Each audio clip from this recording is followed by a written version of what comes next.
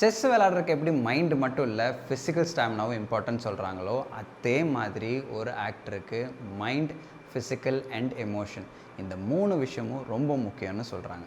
Hi guys, this is day 7 of becoming a film actor. இன்றைக்கி book படிக்கும் போது தான் ஒன்று தெரிஞ்சு, லாஸ்ட் ஃபியூ டேஸாக நம்ம ப்ராக்டிஸ் பண்ணது எல்லாமே இன்ட்ரோ மாதிரி தான்னு. இதுக்கப்புறம் தான் ஆக்சுவல் ஆக்டிங் எக்ஸசைஸே கொடுத்துருக்காங்க. ஸோ அந்த எக்ஸசைஸ் ப்ராக்டிஸ் பண்ணுறதுக்கு முன்னாடி ஒரு சில விஷயங்கள் சொல்லியிருக்காங்க. வாங்க என்னென்னு பார்ப்போம். சயின்டிஸ்ட்லாம் நம்மளுடைய உடம்பும் உணர்வும் பிரிக்கவே முடியாத விஷயம் அப்படின்னு சொல்கிறாங்க. அண்ட் அதே மாதிரி நம்மளுடைய 5 புலன்களும் தனித்தனியாக இல்லாமல் எல்லாமே ஒன்றுக்கு ஒன்று இணைஞ்சு தான் இருக்கும்னு சொல்கிறாங்க. ஸோ என்ன மாதிரி ஆக்டிங்கை ப்ராக்டிஸ் பண்ணணும்னு நினைக்கிறவங்களுக்கு ஸ்டார்டிங்கில் ஈஸியான எக்ஸசைஸ் ஆரம்பித்து அதுக்கப்புறம் கொஞ்சம் கொஞ்சமாக தீவிரமான பயிற்சிக்குள்ளே போகிற மாதிரி அடுத்த வர எக்ஸசைஸை டிசைன் பண்ணியிருக்காங்க அப்படின்னு சொல்கிறாங்க. ஸோ இதெல்லாம் பண்ணுறது மூலமா என்ன யூஸ் அப்படின்னா, ஃபர்ஸ்ட் ஆக்டிங் பற்றின ஒரு நல்ல அறிவு கிடைக்கும். செகண்ட், நம்மளுடைய உடலையும் உள்ளத்தையும் புரிஞ்சுக்க முடியும். அண்ட் தேர்ட், ரொம்ப இம்பார்ட்டண்ட்டாக நம்ம ஒரு கேரக்டராக மாறுறதுக்கு இந்த பயிற்சிகள் எல்லாம் கை கொடுக்குன்னு சொல்கிறாங்க.